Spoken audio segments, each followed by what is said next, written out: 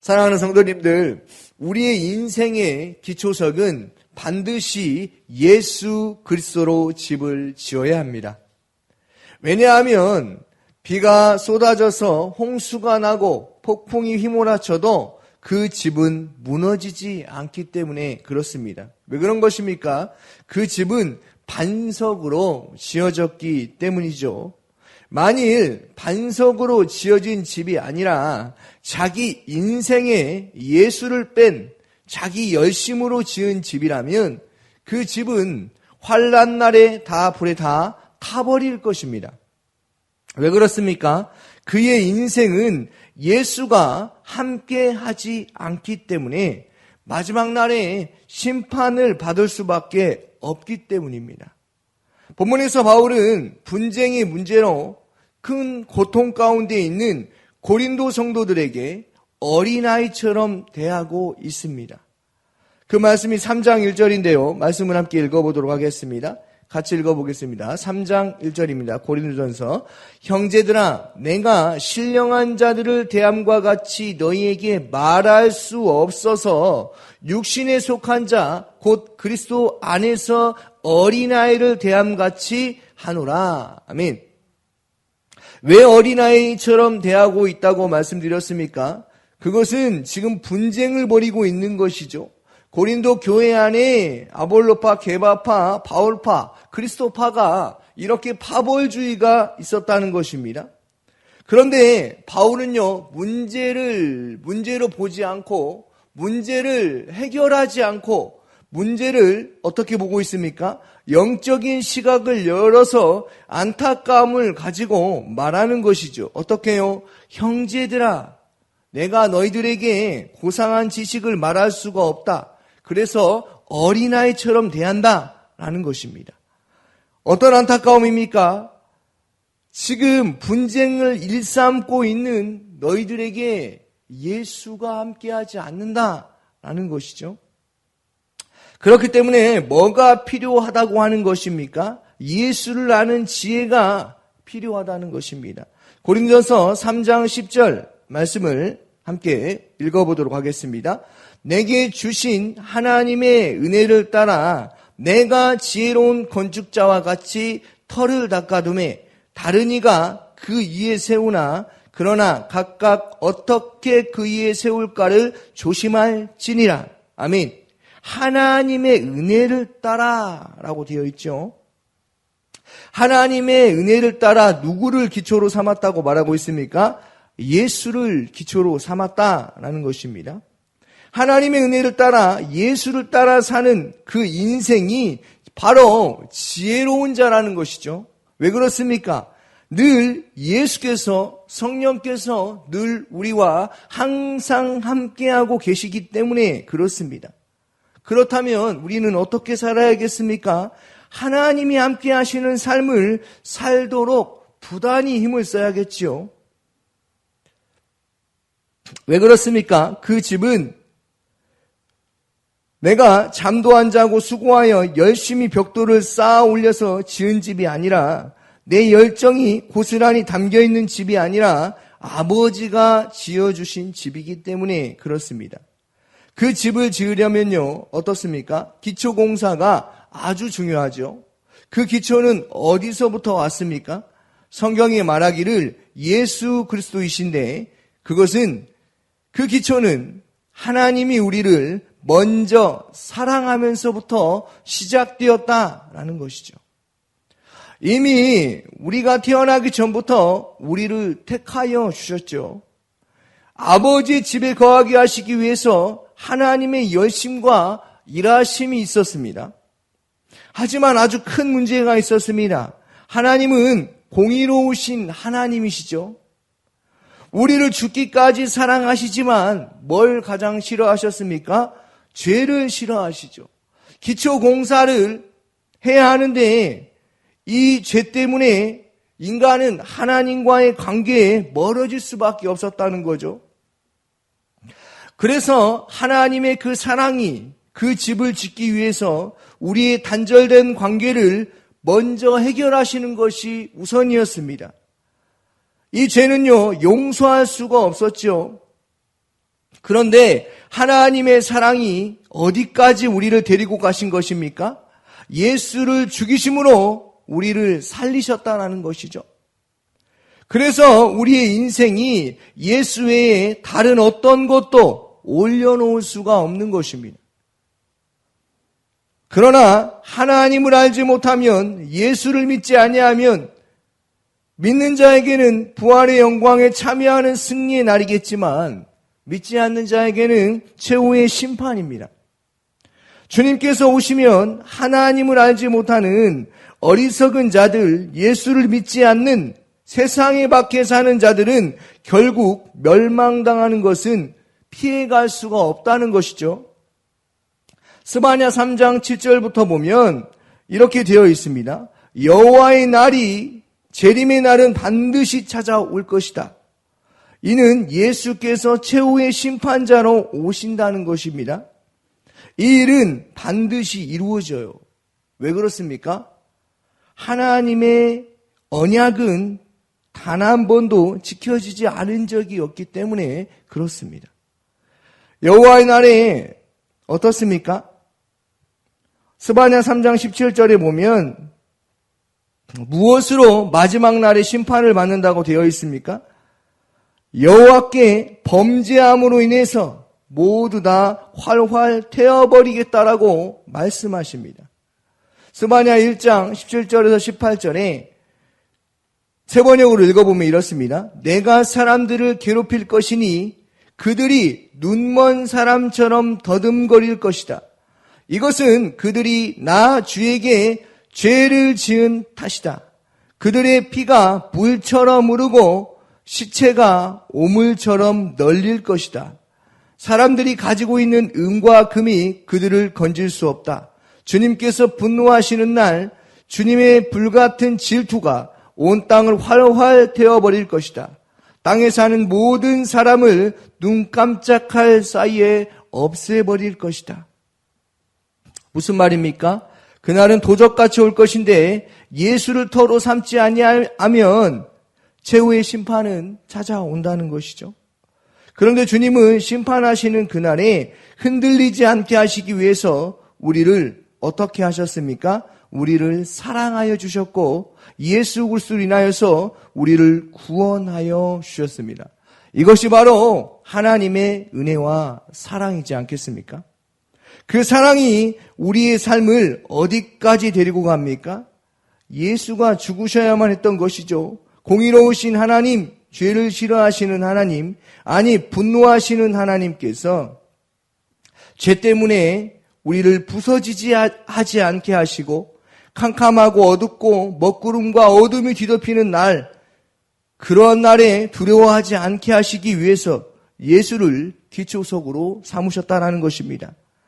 사랑하는 성도님들, 죄가 무엇입니까? 원문으로 보면요, 하마르티아입니다. 이는 관역에서 벗어졌다라는 것이죠. 이는 하나님이 우리 인생의 방향성과 목표를 바로 잡아주시는 주님과의 관계가 완전히 단절되었다는 것입니다.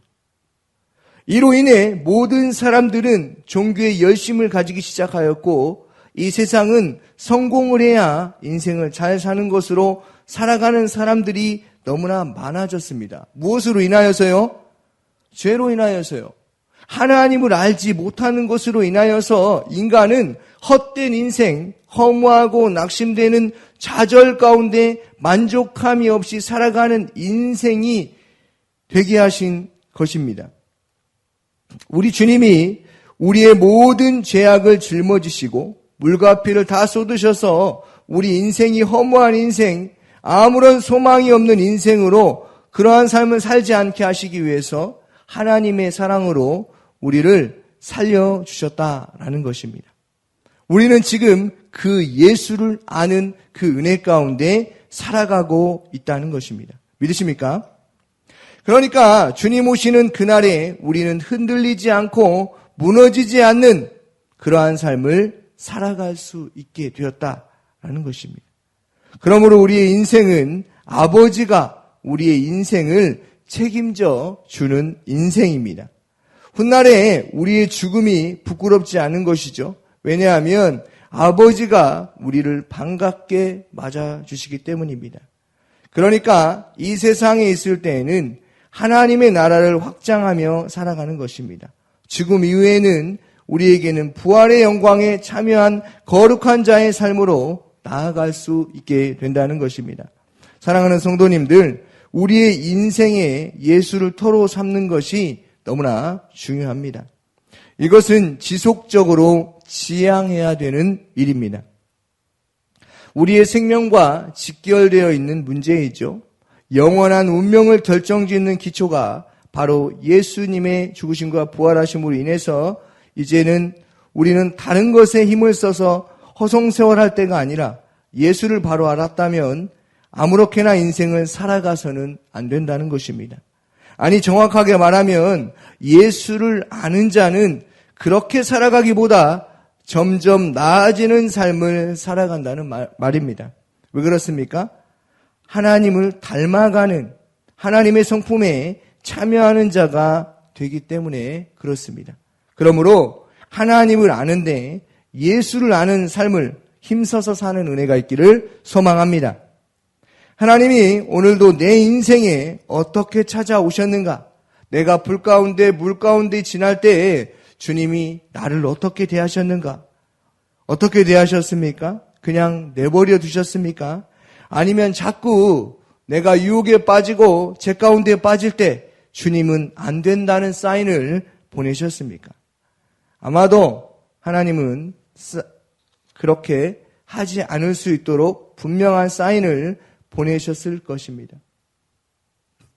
하지만 그것을 알면서도 행해 버렸다면 우리가 할 수 있는 것은 열심히 살고 헌신하고 봉사하고 그렇게 사는 것이 우선이 아니라 하나님 아버지께 빨리 회개하고 다시 주님께 돌아와야 하는 것입니다. 만일 내가 죄를 지었다면 하루가 다 지나가기 전에 주님, 저는 죄인입니다. 회개합니다. 저의 죄를 용서하여 주시옵소서. 저의 연약함과 부족함과 나약함을 긍휼히 여겨주시고 예수로 다시 사는 그러한 인생 가운데 살아갈 수 있도록 기도해야 하는 것입니다. 왜 그렇습니까? 성령께서 우리의 연약함을 도우시기 때문에 그렇습니다. 사랑하는 성도님들, 우리의 인생의 집이 무너지는 느낌이 들 때가 언제입니까? 사업에 실패했을 때, 내가 계획했던 일들이 잘 풀리지 않았을 때, 입찰이 되지 않았을 때, 어떤 사람에게 배신을 당했을 때, 그것은 사람이라면 누구나 다 겪는 것입니다. 우리는 깨어서 말씀으로 나 자신을 바라봐야 하는 것이죠. 하나님이 없는 아무런 상관없는 삶을 살아갈 때, 주님을 알면서도 어리석은 삶을 살아갈 때, 누군가를 험담하고 욕하고 누군가에게 거짓말을 했다면 벽에 금이 가게 내버려 두지 않아야 할 것입니다. 무슨 말입니까? 영적으로 묻어지면 안 된다는 것이죠. 왜요? 예수가 우리를 살리셨는데 다시 영적으로 암흑으로 어둠 가운데 살아가면 되겠습니까? 그리고 반드시 기억하십시오. 이미 우리는 구원받은 하나님의 자녀입니다. 절대로 무너지지 않는 기초석이 예수이시니 어떠한 일이 있어도 그 집은 무너지지 않을 것입니다. 연약한 우리에게 주님은 영생을 선물로 주셨죠. 영생은 하나님을 아는 것에 힘쓰는 삶을 살아가는 것입니다.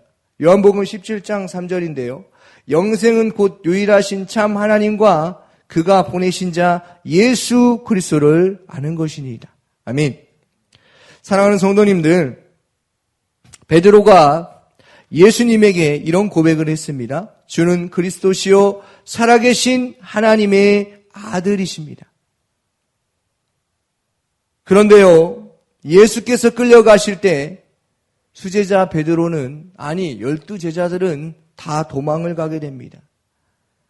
그리고 베드로는요, 아주 멀리서 예수님이 끌려가시는 것을 보고만 있다가 그러다가 한 여종에게 이런 말을 듣게 됩니다. 너도 예수와 함께 있었지? 라고 말을 듣게 되죠. 베드로가 뭐라고 합니까? 지금 나는 당신이 무슨 말을 하는지 알지 못합니다. 그런데 베드로가 어떻게 주의 집에 거하는 자가 됩니까? 그것은 예수를 생각할 때라는 것이죠. 닭이 한 번 울고 닭이 두 번 울고 닭이 세 번 울 때 뭐가 생각납니까? 예수께서 하신 말씀이 생각나서 눈물과 콧물을 다 흘리고 성경에 보면 통곡했다라고 말하고 있습니다. 사랑하는 성도님들, 예수를 기초로 삼는 것은, 예수를 터로 삼는 것은 오늘 하루를 살아갈 때 그 예수님을 생각하는 은혜가 있기를 소망합니다. 그래서 어떠한 일이 있어도 하나님이 언제나 우리와 함께 하심을 믿고 그렇게 날마다 승리하는 삶을 살기를 주님의 이름으로 축원합니다. 아멘. 오늘 새벽에 주신 말씀을 묵상하면서 함께 기도해 주시기 바랍니다. 성도님들의 직장과 가정을 위해서 기도해 주시고 아동부를 위해서 기도해 주시고 섬기는 윤덕진 전도사님에게 성령 충만함을 허락하여 달라고 기도하시고 아동부 한 명 한 명을 위해서 기도해 주시기 바랍니다. 용북마을을 위해서 마을장과 순장과 순원들을 위해서 샤인코스를 위해서 리더, 헬퍼, 게스트, 섬기미를 위해서 기도해 주시고 담임 목사님의 가정과 건강과 성령 충만함을 위해서 기도하시고 성령님의 음성에 민감하여 항상 주님과 동행하는 삶을 살아갈 수 있게 하여 달라고 기도하여 주시고 전반기 양육과정 제자훈련이 진행되고 있습니다. 인도하시는 담임 목사님을 위해서 기도하여 주시고 대통령과 이 나라와 이 민족을 위해서 기도하여 주시고 해외 선교하시는 최은득 선교사님 미얀마에서 사역하시는데 하나님의 말씀이 땅끝까지 이르는 그런 믿음의 역사가 일어날 수 있도록 기도하여 주시고 농어촌 선교 및 도시개척 김경수 목사님 화순 원리교회에서 사역하십니다. 기도해 주시고 선교단체 및 기관 광신대학교를 위해서 기도해 주시기 바랍니다. 기도하겠습니다. 사랑을 많으신 아버지 하나님 감사합니다. 우리를 죽기까지 사랑하시는 주님, 예수를 기초로 터로 삼게 하시기 위하여서 우리를 환난 날에 우리를 건져주시고 우리를 아버지 하나님 예수 그리스도로 인하여서 살게 하신 주님, 하나님 오늘 이 새벽에 우리가 나왔사오니 하나님 주님의 은혜가 차고 넘치게 하시고 오늘 하루의 삶을 살아갈 때 성령 충만한 삶을 살아갈 수 있도록 아버지여 인도하여 주옵소서.